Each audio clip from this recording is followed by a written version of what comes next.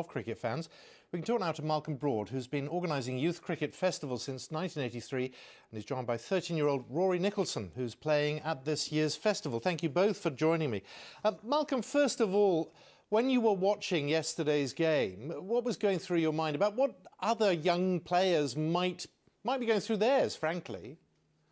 Well, good afternoon, Simon. It was a wonderful moment yesterday.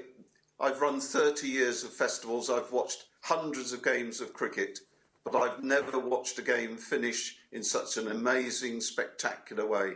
We had some 200 boys here, all representing counties, teams from over the world, and they were all enthralled by the finish. No sport could have a better finish. To see their enthusiasm, to see them jumping around, and to see how much they enjoyed that great game.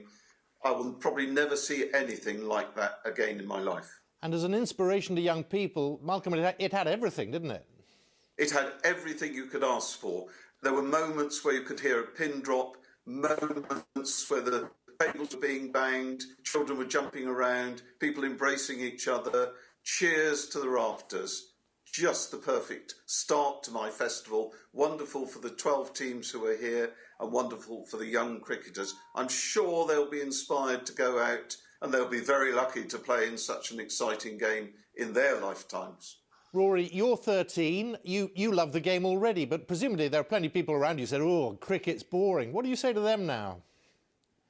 Well, I think this shows them that cricket is very exciting and that players are very determined and should inspire them to become cricketers. I mean, everybody looks at Ben Stokes. Is he the man yesterday who you thought stood out, or were there others? Well, I believe he was the main man who helped pull England together and bring them close to the victory. And Malcolm, just looking ahead, because we've got the 100 game, the way the game is played is changing. And does that help, do you think? Is that what also inspires young people? The fact that we aren't in for days and days of what seems at sometimes an endless game?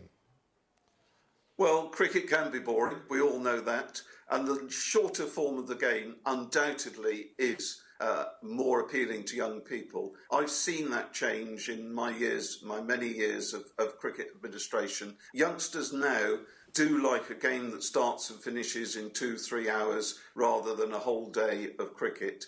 But we're seeing here they're playing 100 overs, two teams playing 50 overs each.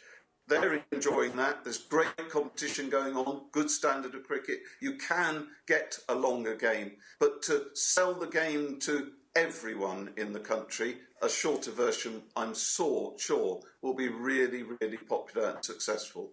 Rory, do you agree? Yeah, I agree totally that the shorter game is very appealing for youngsters, and it's great.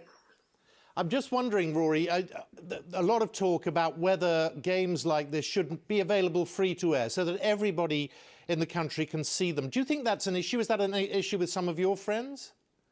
Yeah, I think that everybody around the world should be able to see that amazing victory from England because it's very inspiring and determined. And Malcolm, is that something that you've come across as you come across youngsters? Have they all grown up? Well, they've grown up with cricket not being free to air, presumably.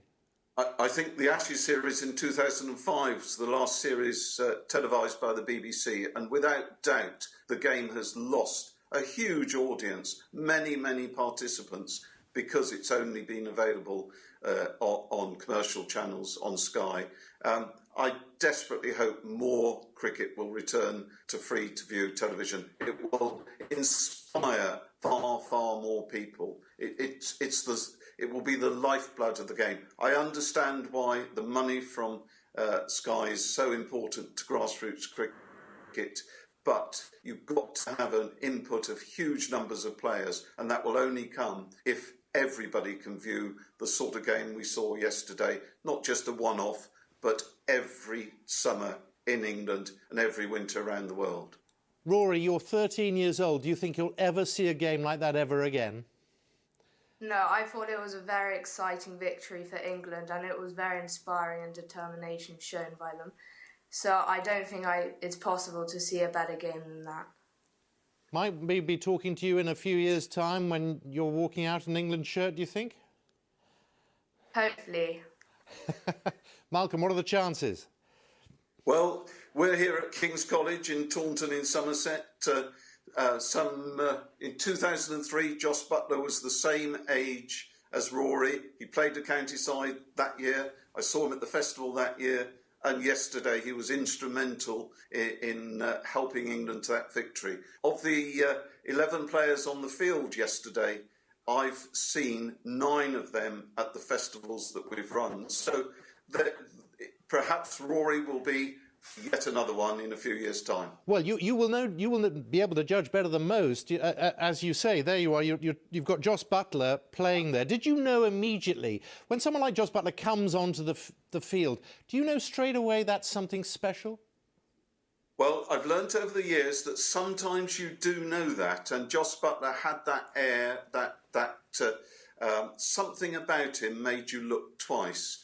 But equally, I've been in the game long enough to know you think of a player as a certain future prospect for England, and he disappears from the game when he's 19 or 20 or maybe even younger.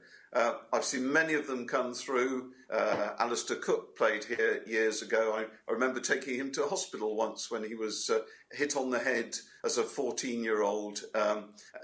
He had something about him. I've yet to see enough of Rory to know whether he's going to join that illustrious group, but we live in hope. We will, and we may well be playing this interview back in a few years, mightn't we?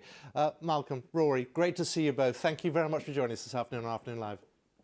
Thank you, Simon. Thank you.